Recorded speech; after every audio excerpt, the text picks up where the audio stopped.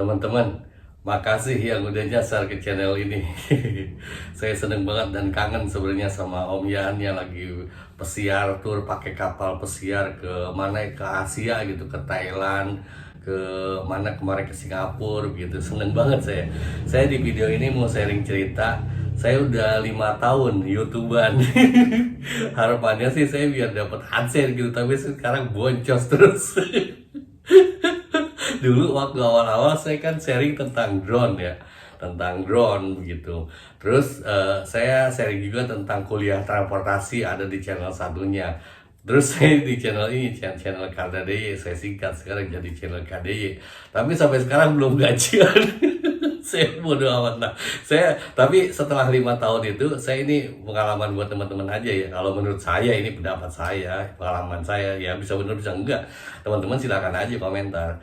Kalau menurut saya pilihan saya kayak nerbangin drone gitu, kemudian drone freestyle tuh di Indonesia tuh gak laku. Yang drone yang laku di Indonesia itu kayak Om Andrea Ramadan. Jadi beliau itu kan melihat pemandangan-pemandangan gunung-gunung gitu kan, gunung-gunung kemudian yang belum pernah dilihat orang. Itu keren Om Andrea Ramadan gitu. Kalau teman-teman melihat monggo aja lihat Om Andrea Ramadan, dan teman-teman yang lain juga banyak yang niru. Tapi kalau saya mah nggak mau, karena saya nggak seneng naik-naik gunung. Saya senangnya gunung ginian tuh, gunung ini, gunung gitu. Jadi saya nggak mau ikut-ikutan. Kalau teman-teman mau ikut-ikutan silahkan aja, saya mau gak ikut-ikutan gitu. Nah, terus tentang kuliah transportasi juga gampang, nggak laku. Walaupun saya sekarang masih banyak itu yang pakai, saya tahu soalnya kan saya kirim di ini kan di Google Drive, suka ada yang minta akses, kayak saya kasih aja, silakan aja, mau saja. Kan kalau ilmu pengetahuan itu bermanfaat kalau kita sharing kan begitu ya. Tapi memang kalau buat AdSense nggak ada, nggak mungkin. Saya itu waktu tahun 2000 saya kuliah, itu wali kota Bogor Pak Edi Gunardi, wali kota dulu bukan wali kota sekarang, bilang bahwa sampai kiamat juga kondisi lalu lintas kita itu bakal begini gitu, bakal macet, bakal semrawut, katanya begitu kata beliau gitu. Saya juga kan udah 20 tahun lebih belajar transportasi teman-teman, jadi saya ngomong itu nggak asal ngomong, jadi udah saya pelajari di kampus dan berdasarkan pengalaman juga gitu. Dan di channel ini saya sharing tentang ini, tentang apa, tentang keluarga, kemudian sharing tentang ini, tentang hidup gitu, hidup yang bermanfaat gimana caranya gitu. Kemudian tentang berkeluarga udah saya sebut, lupa sih, kalau lupa juga ingat. Berkeluarga, kemudian apa namanya, tentang saham, saya trading saham gitu. Saya ini kan di playlist saya gitu, dan sampai sekarang saya masih trading, walaupun saya ceritakan sampai tahun kemarin, saya kan ceritanya sampai tahun ini nih baru setahun lebih 2 bulan, setahun lebih 2 bulanan saya belajar saham, trading saham, dan niatnya saya memang sampai pensiun saya mau trading terus. Jadi ibaratnya kalau rencananya gitu ya, kalau saya ada umur, ada rezeki gitu, di masa pensiun saya skill saya tuh udah banyak gitu. Saya bisa main drone, bisa trading saham. Kalau transportasi jelas saya ya udah deh kuliahnya di situ.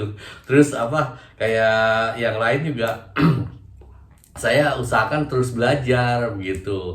Teman-teman kalau mau sharing di video ini monggo gitu. Tapi buat saya sendiri, saya sering banget pemikiran-pemikiran Ian. Makanya saya sering banget dengerinnya videonya Ian, yang videonya panjang loh, bukan yang video short ya. Kalau video short ya saya juga suka nonton gitu. Tapi kan kalau di video short itu kita tidak bisa menyampaikan pendapat-pendapat gitu. Gitu. Jadi kalau buat teman-teman yang datang ke sini niatnya mau dengerin tentang pengalaman saya main YouTube selama 5 tahun gitu, kalau menurut saya sih yang drone itu nggak laku. Kemudian tentang saham itu kita harus tunjukin bahwa kita tuh cepet kaya, cepet dapat duit banyak begitu, modelnya di kita kaya begitu kata saya begitu.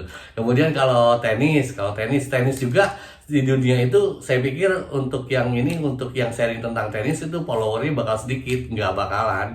Kita tuh viewer kita itu paling banyak itu tentang hiburan dan tentang gosip, digosok-gosok makin sip gitu.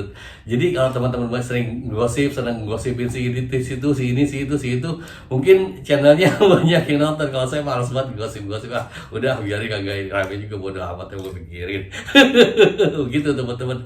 Kalau yang niatnya kesini mau ngobrolin pengen tahu tentang pengalaman saya selama 5 tahun YouTuber gitu. Nah, ke depan saya ini udah sampai situ ya, yang pengen lihat tentang sharing YouTuber ya.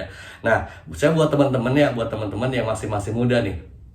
Kalau saya kan orang tua, saya mah udah di atas setengah abad, udah bawa tanah saya mah. Saya dari dulu itu sampai sekarang saya bandingin, saya kan waktu masih muda itu sekitar tahun berapa ya, 2000 ke bawah gitu. Kalau saya lihat dulu itu saya lapangan kerja itu masih besar. Kemudian saya pede banget lah, saya mau kemana-mana juga pasti kerja. Kalau sekarang, kalau menurut pandangan saya, sekarang sarjana juga banyak yang nganggur, begitu. Jadi dengan begitu persaingan tuh makin ketat sekarang. Dulu kan saya jumlah penduduk itu cuma 120 juta jiwa gitu. Kalau sekarang kan udah 200 lebih gitu, 280 berapa gitu, udah banyak banget lah jumlah penduduk kita gitu. Jadi secara ini persaingan lebih ketat, tapi saya pengen mengajak teman-teman untuk terus berbesar hati gitu, karena biar bagaimanapun kalau kita tetap berjuang, dan memang kita harus berjuang kan, memang kewajiban manusia untuk kita terus berusaha ya gitu.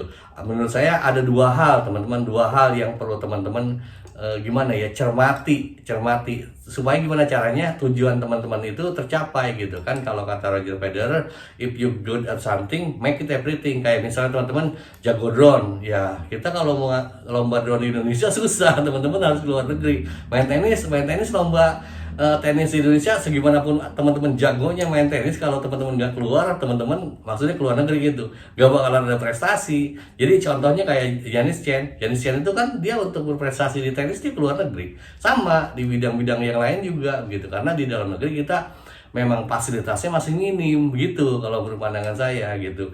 Dan ada dua hal yang pengen saya sampaikan, gimana caranya teman-teman ketika udah ketemu, saya jagonya di main catur misalnya, saya jagonya di apa misalnya desain bangunan atau apa gitu, atau apalah gitu, karena tiap orang tuh beda-beda. Tiap orang itu kan, kalau kata Einstein begini, setiap orang itu pada dasarnya cerdas, tapi kalau Anda paksa burung buat berenang itu nggak mungkin. Ikan suruh terbang nggak mungkin. Setiap kita tuh, Anda, Om Yan, Su Hanapi misalnya, teman-teman Su Katimumpul Media gitu, Su Yogi Gustira, dan semuanya itu kita tuh bidang kita tuh beda-beda, nggak bisa disamain Anda sama saya sama yang lain. Kita tuh bidang kita beda-beda gitu.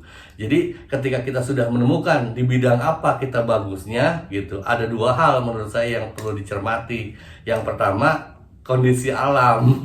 Kondisi alam menurut saya, Indonesia itu kan negara yang kayak ibaratnya surga lah. Orang bule banyak bilang Indonesia itu surga, karena tongkat batu dan kayu juga bisa jadi tanaman. Kita tuh kalau kita bandingin, sok aja lihat teman-teman yang di China, di Jepang, kayak Amerika, kayak Om Yan itu kan lagi ini salju gitu kan. Kita mah mau malam-malam pakai tank top juga santai aja gitu kan gitu. Jadi secara kondisi alam itu memanjakan, segala sesuatu yang memanjakan itu membuat kita jadi lemah loh gitu. Itu yang pertama. Yang kedua, orangnya. Kalau menurut saya orangnya. Kenapa orangnya? Karena begini, karena kecenderungan kita di kondisi yang serba dimanjakan, orang yang dimanjakan itu cenderung gimana ya, apa-apa pengen dikasih gitu, itu hindari. Jadi kalau di bahasa kerennya itu, kita harus punya link circle yang jelas, yang bagus. Kira-kira link circle kita membuat kita nggak maju, udah hindari aja, cari link circle yang lain gitu. Jangan berteman sama orang-orang yang pengennya dikasih, pengennya dilayanin, pengennya serba diprioritaskan gitu. Jangan dideketin begitu. Gaul sama orang-orang yang berjuang untuk maju, karena dengan cara itu kita akan terpengaruh begitu. Jadi dua hal ya, yang pertama itu lingkungan, yang kedua orang-orangnya. Kita harus pintar memilah gitu, gaul sama siapa sedemikian sehingga kita bisa terus bergerak maju. Begitu yang pengen saya sampaikan di video ini. Saya terima kasih sekalian. Saya senang banget sharing-sharingan itu. Sebenarnya pemikiran saya itu kurang lebih sama Yan. Ya kira-kira begitulah Yan. Walaupun kalau Yan kan udah pengalaman ya. Kalau saya kan masih anak kemarin sore lah ya gitu. Tapi pikiran saya seperti itu gitu. Saya nggak kuno perasaan saya nggak ortodok banget ya. Kira-kira gitu. Untuk Yan, selamat liburan buat teman-teman Pak Hanafi, selamat liburan juga teman-teman juga yang lain semua, selamat liburan. Saya mohon dimaafkan atas segala kesalahan saya. Jaga kesehatan. Awesome.